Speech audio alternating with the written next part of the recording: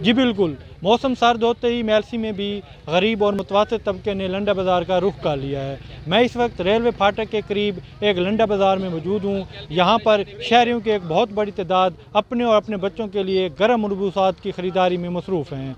जब यहाँ पर ख़रीदारी के लिए आने वाले शहरियों से हमारी बात हुई तो उनका कहना था कि लंडा बाज़ार के रेट भी आसमानों से बातें करते नज़र आ रहे हैं।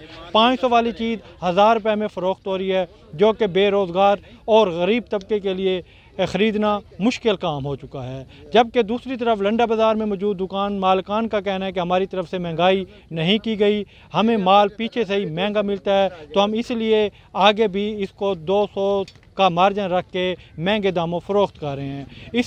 इस वक्त हमारे साथ एक दुकानदार भी मौजूद है। मज़ीद वो इस बारे में क्या कहते हैं, हम इसकी राय लेते हैं। जी बताइएगा।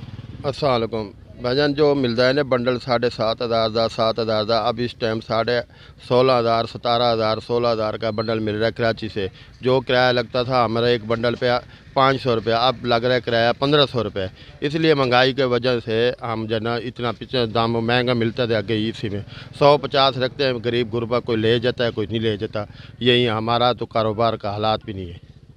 जी बिल्कुल, जैसे कि शहरी की दुकानदार की आपने बात सुनी, इसका कहना है कि जो 7,500 का बंडल हमें मिलता था, आज वो 15-16 हज़ार रुपये में हमें पीछे से मिलता है। हम उसको 100-200 का मार्जिन रख के आगे गाहक को आसानी के लिए उसको फ़रोख्त करते हैं। जी।